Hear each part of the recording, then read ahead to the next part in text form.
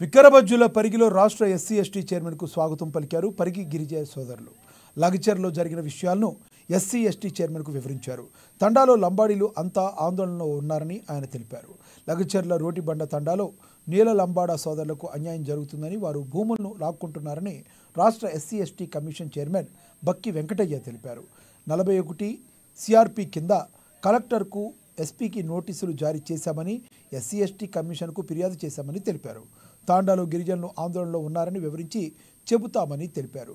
కొన్ని ఏళ్ల నుంచి వ్యవసాయంపై ఆధారపడి బతుకుతున్న వారు భూములను వదిలేసుకోరని అన్నారు రాష్ట్ర ఎస్టీ ఎస్టీ కమిషన్ చైర్మన్ బక్కి వెంకటయ్య.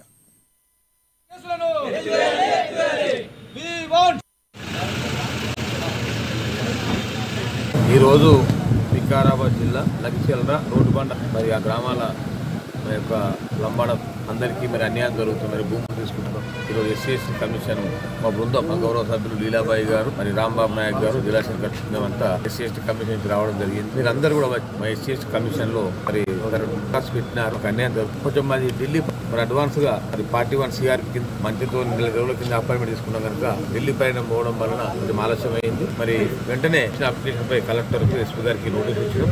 మరి సరైన నివేదిక ఇవ్వాలని చెప్పి ఆదేశాలు ఇచ్చినాం. మరి నివేదిక రాలేదు, వస్తుంది. ఈరోజు మరి రైతులను కూడా కలుద్దాం. అంటే జైల్లో కూడా మన సోదరులు, గిరిజన సోదరులు మరి అమాయకులైనటువంటి వారు వీళ్ళ జైల్లో ఉన్నారు.